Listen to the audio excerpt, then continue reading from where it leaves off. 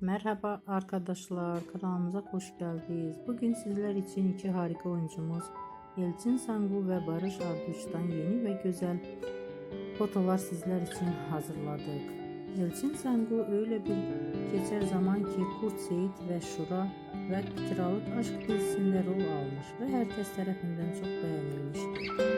Biz de sizler için onların güzel ve romantik karelerini hazırladık. Bu videoların devamlı gelmesini istiyorsanız da kanalımıza abone olup yorum yazmayı unutmayın. Bizden bu kadar.